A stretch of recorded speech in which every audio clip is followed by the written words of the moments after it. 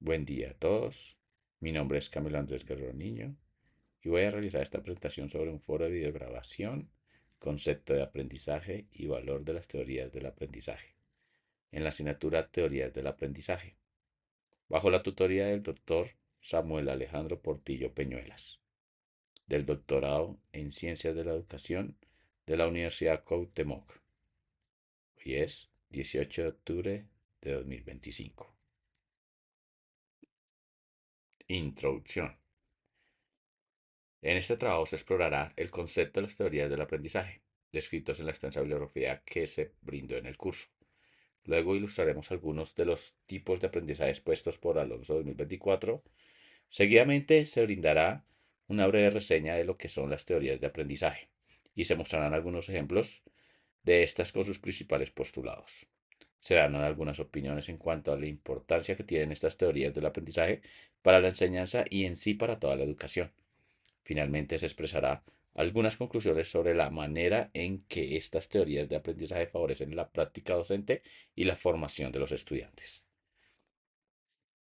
El aprendizaje puede definirse como un proceso mediante el cual la persona adquiere, modifica o reorganiza conocimientos, habilidades, actitudes y valores como resultado de la experiencia, la práctica o el estudio. No se limita a la memorización de información.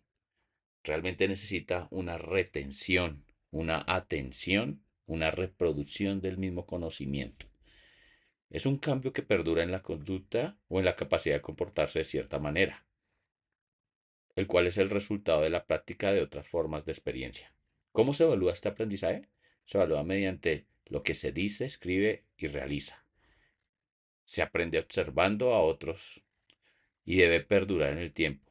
Sin embargo, está el problema del olvido. Para los tipos de aprendizaje, he tomado este cuadro, el cual me ha parecido muy bueno y resumido, de tipos de aprendizaje de Alonso con Sierra Serrana, Boletín Científico de la Escuela Preparatoria de Iztahuaco, México, de 2024. Entonces aquí nos hacen una breve explicación de cada uno de los tipos de aprendizaje. Entonces el implícito es aquel que no es intencional, por ejemplo, hablar y caminar.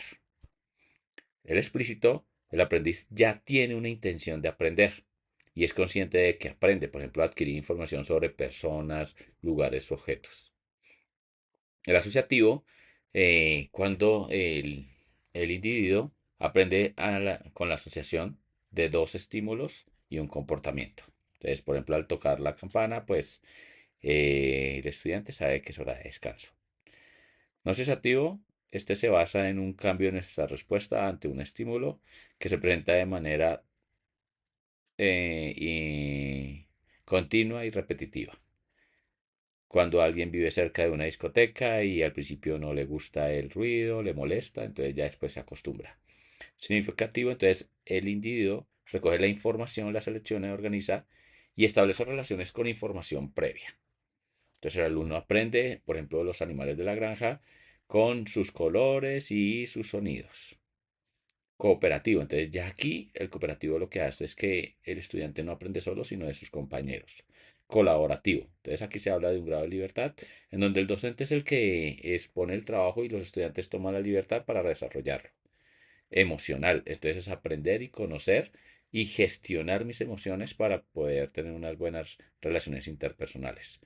Experiencial. Este se produce basado en la experiencia cuando tú ya realizas algo y no o quieres volverlo a hacer o no lo quieres volver a hacer. El ejemplo que está acá es que cuando te quemas con un fósforo, pues no lo vas a volver a hacer. Observacional, que es por imitación o modelado. Entonces, por ejemplo, el niño que ve que la mamá esté hablando por teléfono, entonces él quiere también hablar por teléfono. Por descubrimiento. Entonces, el aprendizaje es activo. En vez de aprender de una forma pasiva, descubre, relaciona y reordena. Entonces, por ejemplo, un ejemplo de eso son los idiomas, aprender idiomas. Memorístico, entonces, significa aprender y fijar en la memoria distintos conceptos sin entender lo que significa. Nos ayuda a retener datos importantes como las fechas. Finalmente, el receptivo. La persona recibe el contenido que ha de analizar. Entonces, al estar en clase, esto implica poner atención para después poder aplicarlo en alguna tarea o ejercicio. Las teorías del aprendizaje son marcos de referencia que nos ayudan a comprender, predecir y controlar el comportamiento humano y tratan de explicar cómo los sujetos acceden al conocimiento. Estas teorías proporcionan fundamentos científicos y pedagógicos que orientan la práctica educativa. Entre las más relevantes se destacan teoría de condicionamiento. Sus postulantes son Skinner, Pavlov, Watson. Y aquí nos dicen que el aprendizaje es producto de la asociación estímulo-respuesta y del esfuerzo. También nos hablan del ensayo del error. Otra teoría importante de aprendizaje es teoría cognitivista. Su primer postulante es Piaget. Y el aprendizaje se basa en procesos mentales como la memoria, la percepción y la organización de la información. Él nos habla de unas etapas del desarrollo que se presentan en unas edades específicas. Luego viene la teoría constructivista, que está, o sus principales postulantes son Vygotsky y Ausubel. Y nos hablan aquí del aprendizaje significativo, nos hablan que el aprendizaje tiene una representación de contextos y de conceptos y de preposiciones. Asimismo, Vygotsky nos habla de una proporción, que hay una influencia del ambiente, es decir, del contexto, y que hay una zona de desarrollo próximo. ¿Por qué son importantes las teorías del aprendizaje? Primero, porque nos son un marco de referencia que nos permiten tomar decisiones educativas. No sustituyen la experiencia, pero es la base de ellas. Ayudan al avance en el campo del aprendizaje. Nos ayudan a basarnos en la práctica para la adquisición del conocimiento. Nos ayudan a analizar los patrones de enseñanza y nos ayudan a la creación de ambientes de aprendizaje. También explican cómo se produce el aprendizaje en diferentes contextos. Permiten diseñar estrategias didácticas efectivas y contextualizadas. Orientan la selección de métodos de enseñanza y de evaluación. Favorecen la atención a la diversidad de estilos de aprendizaje. Sustentan la transformación pedagógica y educativa. Conclusiones. Descubrí que a pesar que no hay un consenso para definir el concepto de aprendizaje, se evidencia en varios autores una base muy similar para definir este concepto, que nutre la práctica de la enseñanza y el aprendizaje de los estudiantes de cualquier tipo de conocimiento. Que existen diferentes tipos de aprendizaje y que cada uno de estos están clasificados según el contexto y etapa determinada. Clasificación que permite hacer una diferenciación a la hora de enseñar en la escuela, la universidad y otros ámbitos.